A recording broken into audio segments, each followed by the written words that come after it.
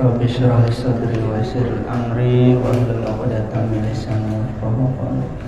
Allahumma zidna ilman nafi'a wa rizqna fahman wasi'a wa amalan mutaqabbala. Bismillahirrahmanirrahim. Kita lanjutkan lagi pengajian yang minggu kemarin. Wal yahzaran ujban riya'a wal hasad wal ihtiqara li ghairi bil ihtila. Nah, sekarang kita menjelaskan tentang sifat-sifat yang tercela. Yang pertama adalah ujub, yang kedua riya, yang ketiga hasad, yang keempat takabur, sombong. Ujub itu apa sih? Ujub itu adalah mengagungkan nikmat yang ada pada diri sendiri beserta lupa menghubungkan nikmat tersebut kepada pemberi nikmat, yaitu Allah Subhanahu wa ta'ala. Jadi lupa kita diberikan nikmat oleh Allah, tapi lupa menisbatkan, menghubungkan nikmat itu kepada yang memberi nikmat, yaitu Allah Subhanahu wa ta'ala. Ya. Misalnya kita diberikan nikmat, badan kita bagus, ya. Wajah kita ganteng misalnya. Ya. Kita mengagung-agung tak? Wajah saya mah ganteng nih. Beserta dia lupa. Di sisi lain dia lupa ya menghubungkan nikmat itu kepada Allah Subhanahu wa ta'ala yang memberikan nikmat. Melupakan Allah enggak boleh. Nanti ujub. Bisa ibadah misalnya. Bisa sholat 5 waktu beserta sunnahnya, bangga, tapi lupa bahwa kita bisa ibadah karena pertolongan Allah, bukan muncul dari diri sendiri, bukan. Terus yang keduanya riya. Riya itu apa? Al amalu li ajlin nas. Riya itu beramal karena manusia. Ya. Misalnya kita melakukan ibadah, niatnya itu, tujuannya bukan mencari ridho Allah, tapi mencari pujian, penghormatan dari manusia. Nah, itu berarti riya kalau tujuan ibadahnya untuk supaya orang lain memuji kepada kita ataupun diagungkan oleh orang lain. Ya. Riya. Yang ketiganya al-hasad. Hasad itu mengharapkan hilangnya nikmat Allah dari saudaranya yang muslim. Berangan-angan supaya nikmat yang ada pada orang lain itu hilang. Ya.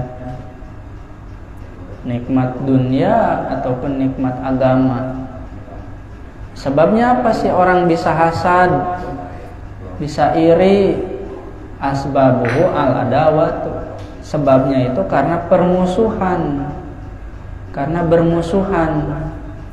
Dari bermusuhan itu timbul hasad ataupun iri.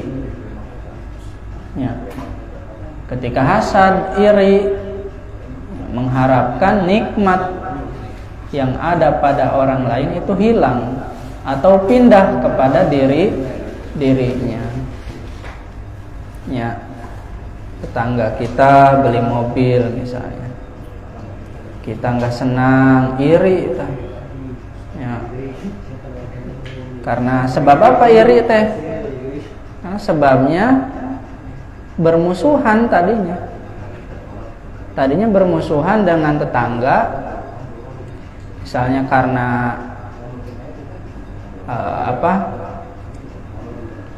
karena bertengkar, ya, sehingga ketika tetangga kita diberikan kenikmatan oleh Allah, misalnya beli mobil baru, muncul tak langsung sifat hasad, iri, ya, mengharapkan nikmat yang Allah berikan terhilang, seolah-olah dia tidak ridho dengan apa yang diberi oleh Allah. Nah, itu hasad, ya. Sebabnya adalah permusuhan. Wal ihtiqor li ghairihi, yang selanjutnya menghinakan orang lain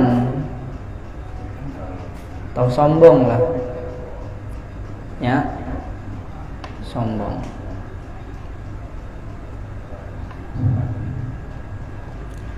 Qala Rasulullah sallallahu alaihi wasallam, bihasabi mri'in minasyari ayyahqiru akhahul muslim. Kata Nabi, cukuplah seseorang itu dikatakan jelek, buruk, ketika dia menghinakan saudaranya yang muslim. Ya, orang itu boleh dicap buruk kalau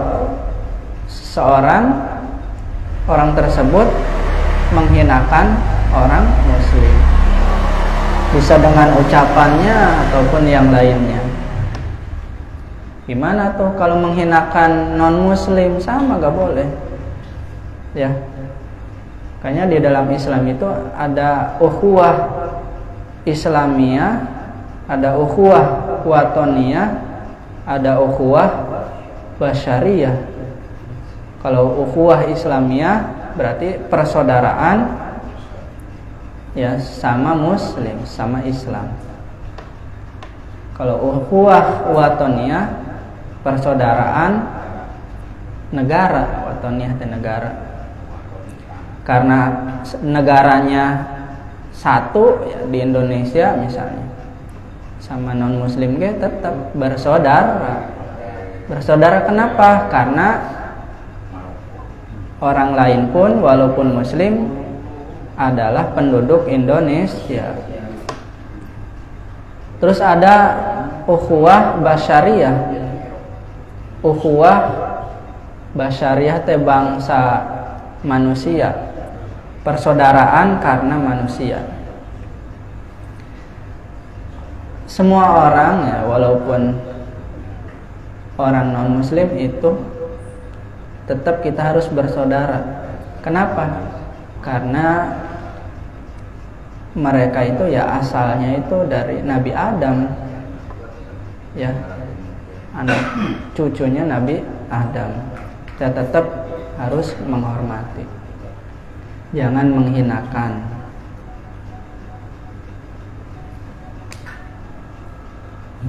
Wastamiril masura min zikrin du'a wa kaza tasbihun wa tahlilun jala wa yuraqibul maula bisirri wal alan wa alal ilahi bikulli amrin awila.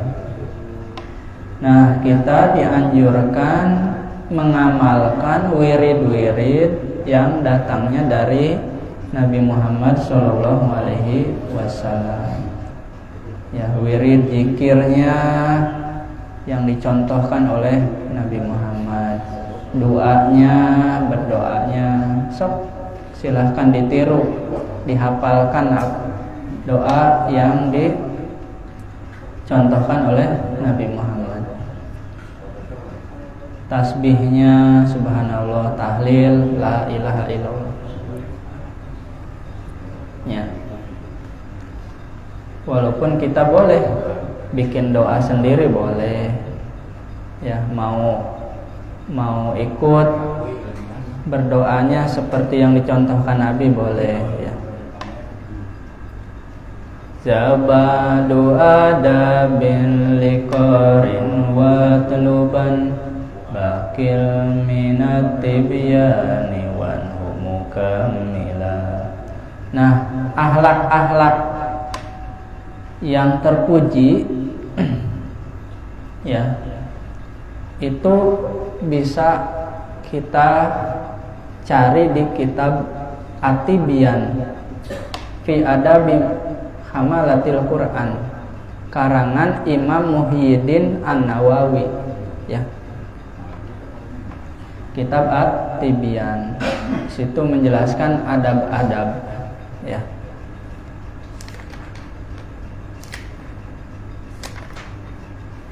Summan doha sholli wala tadil fikar bihujumi mauti wa tahasuri wal bila amalun bila zikril maniyati la asar wa bizikriha haqqan kadar bima'awila. Nah, sekarang menjelaskan tentang duha. Kemarin udah ya, setelah terbit fajar, sholat qobliyah subuh, terus sholat subuh, terus 4 berdoa, zikir, terus baca Quran, tafakur, merenung. Nah, terus sekitar jam 7 pagi ya, bukan pas matahari terbit langsung sholat duha, bukan ya. Sekitar jam 7 lah, sekitar jam 7 kita sholat duha ya. Nah, sholat duha itu ada banyak keutamaannya berdasarkan hadis sholatul duha tajlibu rizqa watan fil faqra. Kata Nabi, sholat duha itu menarik rizki dan menghilangkan kefakiran. Di dalam kitab yang lain dijelaskan rizki itu terbagi 2. Ada rizki zohir, ada rizki batin. Kalau rizki zohir mah seperti makanan, minuman, itu rizki zohir. Ada rizki batin seperti awarif, seperti pengetahuan, ilmu berarti ya. Rizki zohir, rizki batin. Ini mah bohong meren. Nabi katanya sholat duha menarik rizki. Kok saya nggak kaya-kaya, tapi pinter. Eta rizki eta. Rizki itu tidak hanya makanan minuman saja. Itu mah rizki zohir. Kalau rizki batin mah tadi ilmu. Ya, mudah-mudahan kita mah diberikan rizki zohir dan batin. Ya, amin. Qala Rasulullah sallallahu alaihi wasallam, inna fil jannati baban yuqalu lahu babud duha. Fa idza kana yaumul qiyamah nada munadin aynal ladzina kanu yusalluna salatad duha hadza babukum fadkhuluhu bi rahmatillah. Kata Nabi, sungguhnya di dalam surga itu ada satu pintu. Pintu itu namanya pintu duha. Ya. Nah, ketika hari kiamat ada yang menyeru, di mana orang yang melaksanakan sholat duha? Nih, pintu kalian nih, masuklah ya ke dalam pintu tersebut. dengan rahmatnya Allah, dengan sebab rahmatnya Allah. Ya, di surga teh ada pintu ya. Supaya kita masuk surga teh ada pintu. Pintunya pintu duha. Nah, itu pintu duha itu bisa dimasuki oleh orang yang suka melaksanakan sholat duha. Tentunya masuk itu birahmatillah. Orang masuk itu karena rahmatnya Allah. Ya. Bukan sebab, bukan karena sholatnya sebenarnya, karena rahmatnya Allah, fadlnya Allah. Tapi tetap syariat harus dijalani. Ya, syariatnya sholat, syariatnya. Thariqahnya apa thariqahnya? Thariqahnya sabar, waro, ikhlas. Ya, ketika di akhirat dimasukkan ke dalam surga, hakikatnya itu dimasukkan oleh Allah, bukan karena sholatnya.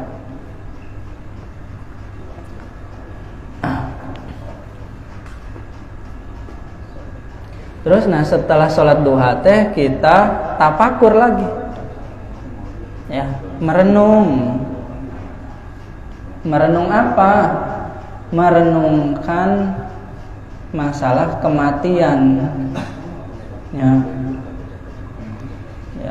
karena mati itu datang bagtatan, secara tiba-tiba, ya, mau di mana kek, mau kapan kek, kalau Allah sudah mentakdirkan untuk wafat, ya bakal wafat. Mau di masjid lagi sujud, ketika Allah sudah menghendaki wafat, orang tersebut bakal wafat, bakal mati. Ya, ketika di toilet sedang BAB, Allah menghendaki mati, orang tersebut bakal mati. Ya, jadi di mana saja dan kapanpun saja, gimana Gusti Allah. Makanya ketika setelah sholat duha teh, aduh, jangan-jangan duha terakhir saya nih, gitu. Jangan-jangan beberapa menit lagi atau jam lagi datang malaikat maut nih, ya, malaikat yang mencabut nyawa. Tetap harus hati-hati. Walam anna zikrul maut mustahabun. Ya, ketahuilah bahwasanya mengingat kematian itu disunahkan. Kenapa? Karena mengingat kematian itu banyak manfaatnya.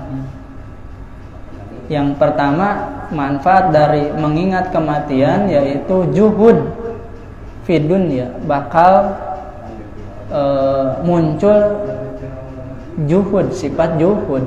Juhud itu tidak cinta dunia, akan tetapi bukan artinya tidak punya dunia, bukan tidak punya harta dan sebagainya. Tapi harta cukup diletakkan di tangan, bukan di hati. Nah, itu juhud. Harta mah boga, cuman tidak dicintai. Kenapa tidak dicintai? Karena ada yang lebih dicintainya, yaitu Allah dan Rasulnya, keridhaan Allah, surga dan sebagainya. Kalau orang berjalan ke timur pasti menjauhi barat. Orang yang berjalan ke barat pasti menjauhi timur.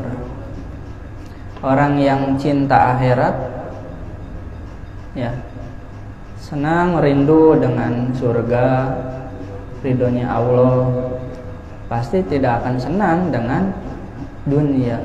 Bahkan diceritakan bahwa orang yang benar-benar bertakwa kepada Allah itu rindu akan kematian. Ya, orang yang sudah bertakwa ya benar-benar ini. Kalau kita masih ya, udah ngerasa loba dosa gitu. Udah can siap dah. siap ataupun tidak, kalau udah waktunya mah ya wafat juga. Makanya kata Nabi, ketika ditanya Nabi, siapa orang yang paling cerdas? Kata Nabi, aksaruhum lil maut zikron wa ahsanuhum lahu isti'dadan ulaikal aqyasu zahabu bisyarafid dunya wa na'imil akhirah. Ya. Orang yang paling cerdas kata Nabi adalah orang yang paling banyak mengingat kematian, dan orang yang paling baik adalah orang yang menyiapkan kematiannya dengan beramal soleh. Cerdas tak orang? Kita teh mau mati nih, kita teh camatnya, kita teh camat, calon mati, semuanya nggak ada. Ya, kita teh. Setelah mati teh nggak kayak komputer. Kalau komputer mati ya udah jadi bangkai. Kita mah enggak. Dimasukkan ke alam kubur, dimasukkan ke kuburan, nanti masuk lagi ke alam barzah. Di situ ditanya nanti oleh dua malaikat, man robbuka, man nabiyuka, ya, dan sebagainya. Siapa Tuhanmu, siapa nabimu, gitu. Nah, kalau lulus tak dikasih soal oleh malaikatnya, insya Allah dapat kenikmatan kubur. Wallahu alam kayak gimana kenikmatannya, tapi dijelaskan bahwa di alam kubur pun ada kenikmatan. Ya, ada juga siksaan di alam kubur teh. Ya, sing yakin dah. Tak percaya, sok tak percaya. Mual maksanya, kege datang kayak. Dah lanjut. Nah itu orang yang paling cerdas. Qala sallallahu alaihi wasallam, igtanim khamsan qabla khamsin, sababaka qabla haramika, wasihataka qabla saqamika, wa faragaka qabla suglika, wa ginaka qabla fakrika, wa hayataka qabla mautika. Kata Nabi, ambillah 5 perkara, ya, ambillah keuntungan dari 5 perkara sebelum datang 5 perkara. Sababaka qabla haramika, ya, masa mudamu sebelum datang masa tuamu. Ya, waktu muda gunakan pakai nuntut ilmu, pakai ibadah. Ibadah teh harus disertai dengan ilmunya. Wasihataka qabla saqamika, sehatmu sebelum datang sakitmu. Ya, sehat, sok sing rajin sholat dan sebagainya. Ketika sakit mah teh dah ya haroream rasanya kan nyareri bubu ieu teh nahan sakit nya gitu. Suruh sholat ya tetap harus dijalankan. Nah, ketika kita dikasih sehat teh syukurinya dengan apa? Dengan ibadah, amal soleh. Wa faragaka qabla syughlika, ya, masa luangmu sebelum datang masa sempitmu ataupun masa sibuk kita. Ya. Yang belum punya istri misalnya, disibukkan nyari ilmu. Ya. Kalau udah punya istri mah yang pertama itu masalah nafkah. Masalah nafkah yang diutamakan. Memang ada mencari nafkah itu ibadah dan kewajiban. Ya. Sebelum datang masa sibukmu. Wa ginaka qabla fakrika, masa kayamu sebelum datang kepakiran, miskin. Wa hayataka qabla mautika, dan hidupmu sebelum datang kematianmu. Ya, kata Nabi. Intinya manfaatkan waktu. Kalau kita berbuat kebaikan, amal baik, itu pasti akan kembali kebaikannya kepada diri kita sendiri. Balasannya itu bisa di dunia, bisa di akhirat. Pasti itu. Ya. Jangan pernah rugi. Sedekah, jangan pernah rugi. Sedekah dan ngasih sesuatu kepada orang lain, itu jangan pernah rugi. Pasti itu kebaikan yang kita lakukan pasti kembali kepada diri kita sendiri. Ibadah, sekarang ibadah ya malah sebenarnya ibadah, karena bertentangan dengan hawa nafsu. Hawa nafsu kita pengennya santai-santai, merdeka. Sama Gusti Allah teh diwajibkan sholat 5 waktu. Oh, sangat bertentangan itu. Dilawan tuh sama kita teh. Ya. Nah, itu jadi ketika kita ibadah, sholat bernilai ibadah. Nah, nanti ibadah itu beramal bernilai amal soleh. Amal soleh itu akan kembalinya kepada diri kita.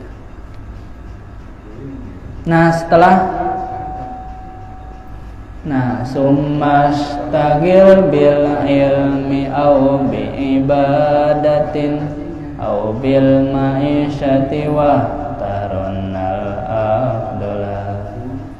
Nah, setelah sholat duha teh mengingat kematian, ya. Kemudian sibukkan diri kita dengan 3 perkara, tapi salah satunya kita ambil. Istagil bil ilmi, sibukkan diri kita setelah sholat duha teh dengan ilmu, belajar ataupun mengajar ataupun mengarang kitab. Kalau udah pinter mah nyasar ngarang kitab kayak Syekh Nawawi, ya, Al-Jawi, kayak Syekh Nawawi. Oh, itu luar biasa. Nah, atau kalau tidak belajar, tidak mengajar, bukan kiai, bukan ustadz, ya, umurnya juga udah tua, istagil bil ibadah, sibukkanlah dengan ibadah, ya. Ibadah teh seperti sholat ataupun zikir ataupun baca Quran ataupun tasbih, subhanallah subhanallah subhanallah, ya. Saya ibadah juga nggak bisa karena punya keluarga yang harus dinafkahi. Atau apa tuh? Istagil bil ma'isyah, sibukkanlah dengan mencari penghidupan seperti bekerja, berdagang, membuka jasa dan sebagainya. Mencari penghidupan, ya. Setelah sholat duha teh mau bekerja silahkan, mau menuntut ilmu silahkan, mau ibadah silahkan, ya. Kalau bisa, yang pertama menuntut ilmu dulu setelah sholat duha teh. Kalau nggak bisa, ibadah juga nggak bisa, ya udah mencari penghidupan, misalnya bekerja dan sebagainya.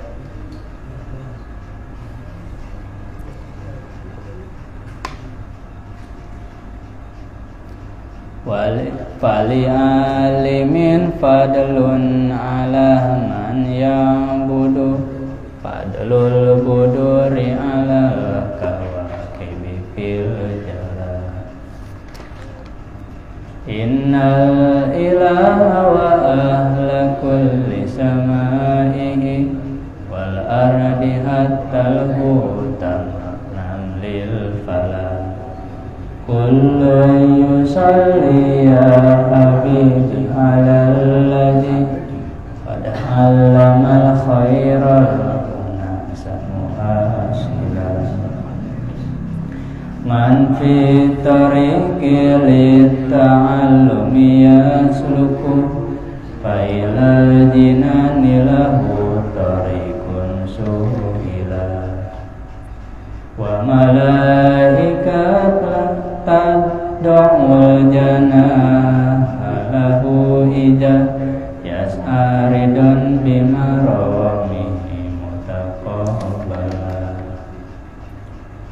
wa ta'allumun lil babi min ilmin lahu fadlun ala mi'atir ruqayatina fila. Oke, sekarang menjelaskan tentang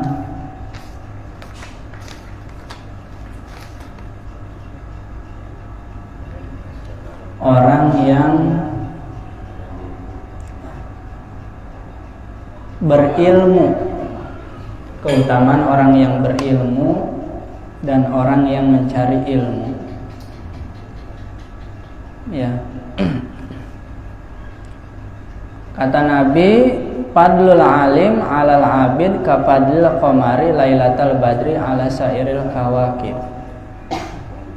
Keutamaan orang yang berilmu atas orang yang ahli ibadah saja, ahli ibadah, seperti keutamaan bulan pada bulan purnama, pada malam purnama atas seluruh bintang-bintang. Seperti bulan nih, bulan purnama kan terang ya. Cahayanya tuh sangat terang dibandingkan dengan bintang-bintang cahayanya. Walaupun banyak bintangnya, tetap pasti lebih terang bulan ya, bulan purnama. Seperti itulah ya orang yang berilmu dengan orang yang kurang berilmu. Ya hanya ahli ibadah saja. Tetap orang yang ahli ibadah juga ya tetap punya ilmu, namun dia lebih sibuk dengan ibadahnya dibandingkan dengan mencari ilmunya. Kalau orang berilmu lebih sibuk dengan menuntut ilmu dibandingkan dengan ibadahnya, lebih banyak belajar, lebih banyak mengajarnya gitu ya. Nah, kalau kita hanya rajin ibadah saja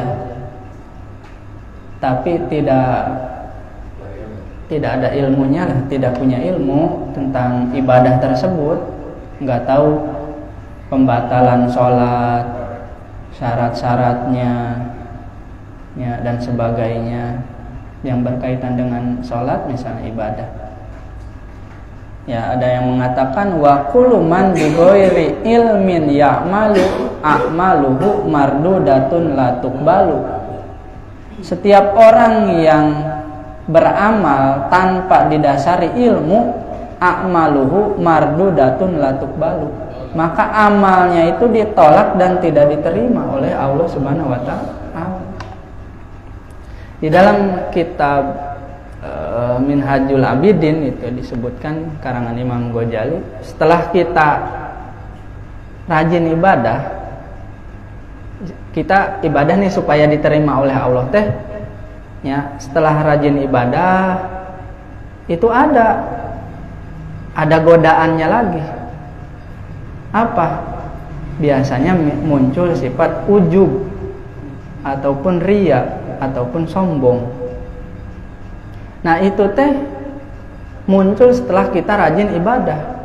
Kalau kita tidak bisa ya menghindari sifat tersebut, maka dikhawatirkan ibadah kita tidak diterima oleh Allah.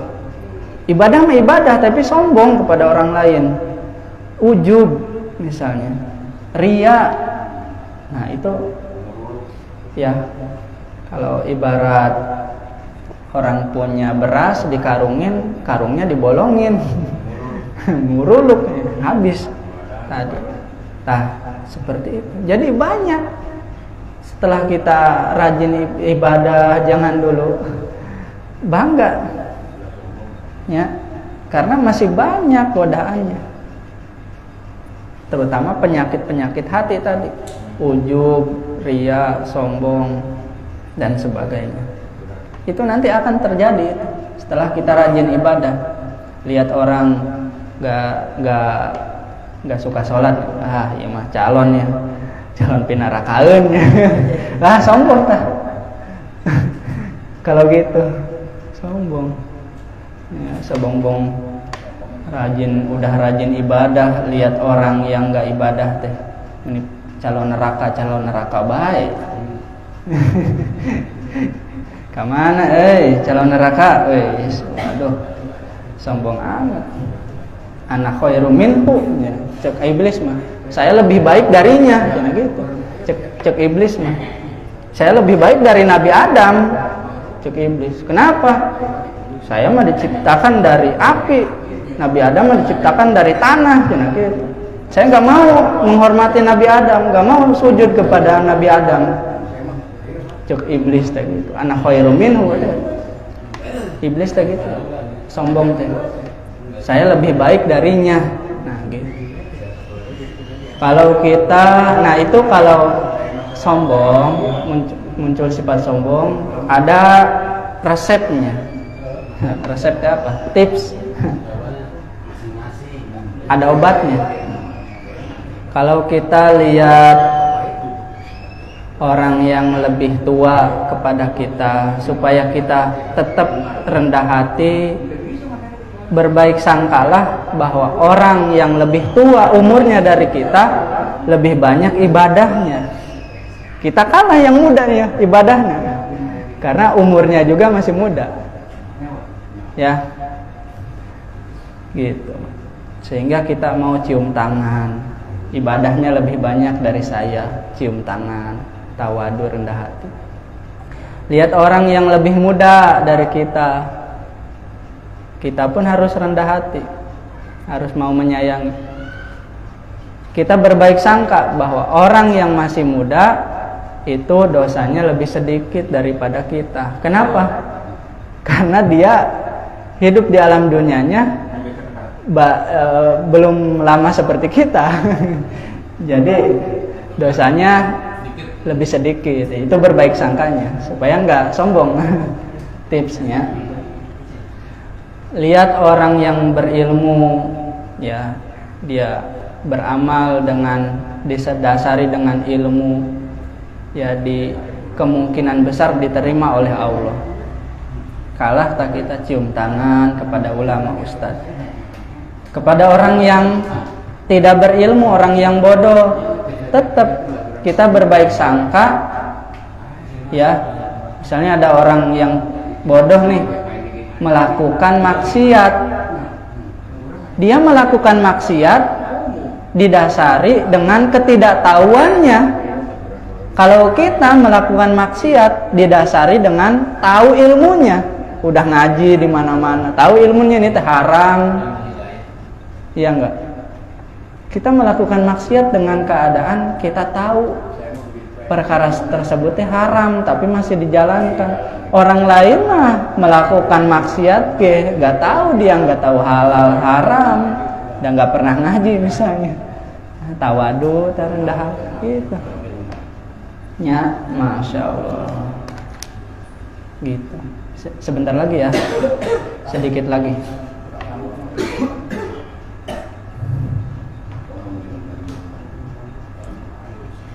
Bahkan bagi orang yang mengajarkan ilmu kepada orang lain, kata Nabi, malaikat dan penduduk langit dan bumi sampai semut, ya, dan ikan-ikan yang ada di laut, mereka memberikan sholawat kepada orang yang mengajarkan manusia untuk melakukan kebaikan. Nah, Ya. Kalau dinisbatkan ya sholawat tadi ya, bersolawat kan gitu. Nah, sholawat ini kalau dihubungkan dengan Allah, Allah memberikan rahmatnya kepada orang yang mengajarkan manusia akan kebaikan. Ya. Mengajak manusia untuk berbuat baik dengan ilmunya ataupun yang lainnya. Allah memberikan rahmat kepada orang tersebut. Kalau dinisbatkan, kalau dihubungkan dengan malaikat, nah malaikat itu beristighfar ya untuk orang yang mengajarkan manusia untuk berbuat baik. Jadi istighfar ya. Orang yang mengajarkan ilmu itu kan sedang seolah-olah sedang mendorong orang supaya beramal soleh. Nah, kalau dinisbatkan kepada selain Allah dan malaikat itu doa ya, berdoa, mendoakan kebaikan berarti. Wallahu alam nih kayak gimana mendoakan kebaikan. Nah, terus kata Nabi juga orang yang menuntut ilmu itu nanti oleh Allah akan dimudahkan masuk surga. Berdasarkan hadis, man salaka tariqan yaltamisu fihi ilman sahalallahu lahu tariqan ilal jannah. Rawahu Tirmizi an Abi Hurairah. Kata Nabi, barang siapa yang menempuh perjalanan menuntut ilmu, maka Allah akan mudahkan baginya jalan menuju surga. Kan dimudahkan tak? Ya, santri kiai. Ya, gini ya, gampang untuk masuk surganya nanti di akhirat. Karena dengan ilmu kita tahu mana yang hak, mana yang batil, mana yang salah, mana yang benar, mana yang haram, mana yang halal. Kalau orang udah tahu yang halal dan yang haram, pasti akan melakukan perkara yang halal, mendahulukan perkara yang halal, yang benar, yang hak. Makanya ada yang mengatakan ya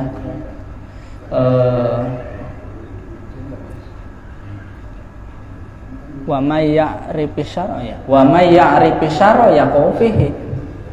Orang yang tidak tahu kejelekan maka akan jatuh ke dalamnya, katanya gitu. Man lam ya'rifi syar'a yaqufihi.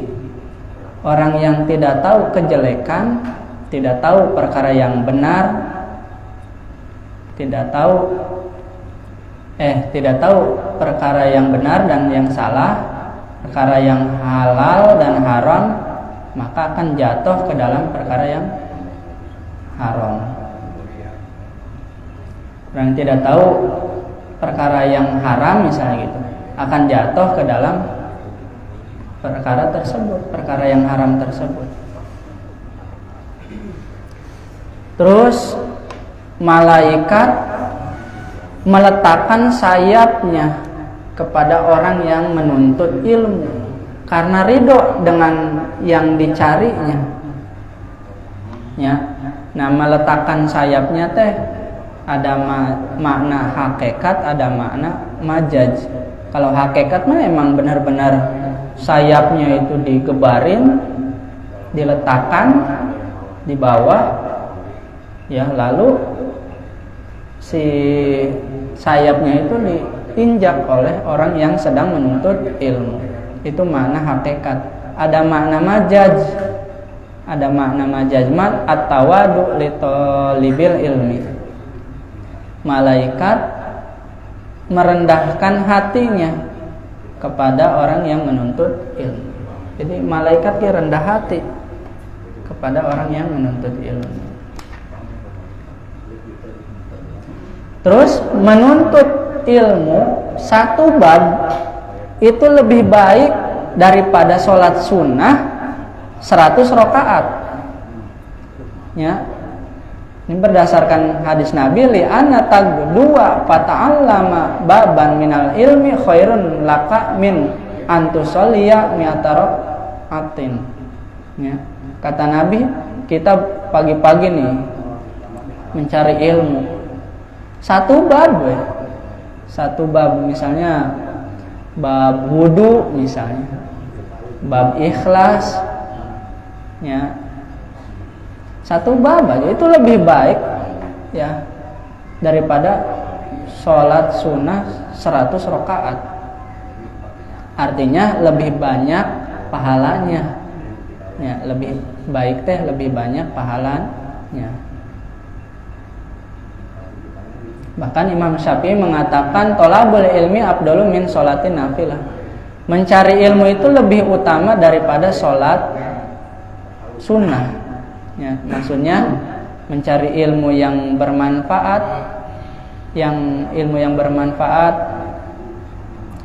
seperti ilmu yang hukumnya fardu ain, mencarinya yaitu ilmu tauhid, ilmu fikih, ilmu tasawuf atau ilmu akhlak. Itu menuntut ilmu yang bermanfaat tersebut itu lebih banyak pahalanya daripada sholat sunnah. Ya. 100 rakaat. Bahkan kata Nabi, ijazah atau libal ilmil maut wa huwa ala hazil halah fa huwa syahidun. Jika orang yang menuntut ilmu ya sedang menuntut ilmu wafat, yang orang penuntut ilmu yang mengajarkannya, yang belajarnya, ya, ketika mengajar wafat ataupun sedang ngaji belajar wafat, bahwa syahidun, maka dia orang yang mati syahid. Ya, syahid. Insyaallah di akhirat itu orang yang mati syahid itu, ya, itu akan dimasukkan ke dalam surga oleh Allah Subhanahu wa taala. Termasuk dulu zaman Nabi itu ya orang kafir nyerang kan ke umat Islam ya. Tidak hanya tidak senang dengan dakwah Islam bahkan berniat membunuh orang Islam. Makanya dulu zaman Nabi beserta sahabat suka perang sama orang di luar Islam karena dianya nyerang duluan gitu. Nah, itu orang yang wafat dalam keadaan ketika perang itu syahid itu. Ya, syahid. Kalau niatnya emang ikhlas karena Allah. Nanti ada di kitab Riyadhus Shalihin ya, bab menjelaskan tentang ikhlas. Ya, soalnya ada yang orang yang berperang di jalan Allah tapi niatnya itu salah.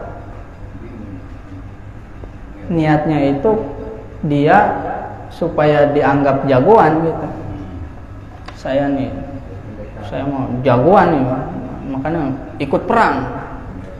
Jadi niatnya supaya dianggap jagoan lah gitu. Dianggap jagoan, bukan karena Allah.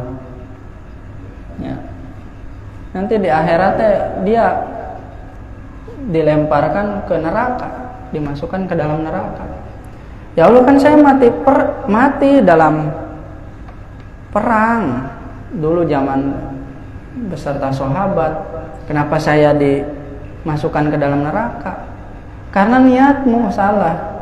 Kamu orang lain sahabat yang lain emang benar-benar niatnya memperjuangkan agama Allah. Kamu supaya disebut jagoan. Ngilu perang lagi. Supaya disebut orang hebat, jago. Wallahu a'lam bishawab. Mudah-mudahan ada manfaatnya khususnya untuk saya pribadi dan umumnya untuk kita semua. Mohon maaf lahir batin. Wallahu muwaffiq ila aqwamit thoriq. Wassalamualaikum warahmatullahi wabarakatuh.